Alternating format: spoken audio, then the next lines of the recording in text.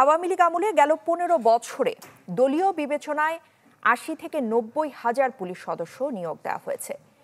নতুন DMP commissioner প্রথম সংবাদ সম্মেলনে এই দাবি করেছেন। সে সাথে হুঁশিয়ারি দিয়েছেন, মামলা নিয়ে বাণিজ্য করলে কাউকেই কোনো ছাড় দেওয়া হবে না।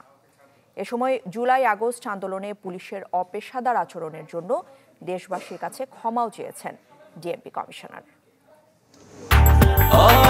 ব্রেকফাস্ট, টিফিন কিংবা স্ন্যাক টাইমে মজাদার আয়োজন মানে অল টাইম ব্রেড। দায়িত্ব নেয়ার পর প্রথমবারের মতো গণমাধ্যমের মুখোমুখি নতুন DMP commissioner Sheikh Sajjad Ali. Dhaka metropolitan পুলিশের ডিএমপি মিডিয়া সেন্টারে সংবাদ সম্মেলনের শুরুতেই উঠে আসে নগরীর বিশৃঙ্খল ট্রাফিক ব্যবস্থাপনা। কথা বলেন চুরি ছিনতাই বৃদ্ধি নিয়েও। আছে বলে আমার জানা নাই। গণ অভ্যুত্থান কেন্দ্রিক মামলায় সুনির্দিষ্ট প্রমাণ ছাড়া গণহারে গ্রেপ্তার নয় জানিয়ে ডিএমপি কমিশনার বলেন, বাদী বা পুলিশ মামলা বাণিজ্য করলে ছাড় নয়।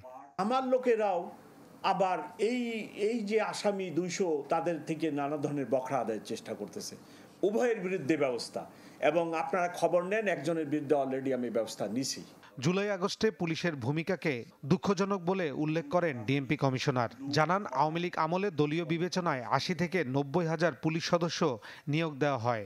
ঢাকা মেট্রোপলিটন পুলিশ ওই আন্দোলনে পেশাদারিত্বের বাইরে গিয়ে যে কাজ করেন, সেই কাজের জন্য আমি অত্যন্ত দুঃখিত। ২ লক্ষ পুলিশ অফিসার হয়, তার ভিতরে ৮০ থেকে ৯০ হাজার এরূপ ভাবে রিক্রুটেড। মোটরসাইকেলে স্ত্রী সন্তান নিয়ে ভ্রমণ করতে বারণ করেন ডিএমপি কমিশনার। মোটর বাইকে অরক্ষিত অবস্থায় একটা ফ্যামিলি কিভাবে মুভ করে। ফয়সাল হোসেন, চ্যানেল 24, ঢাকা।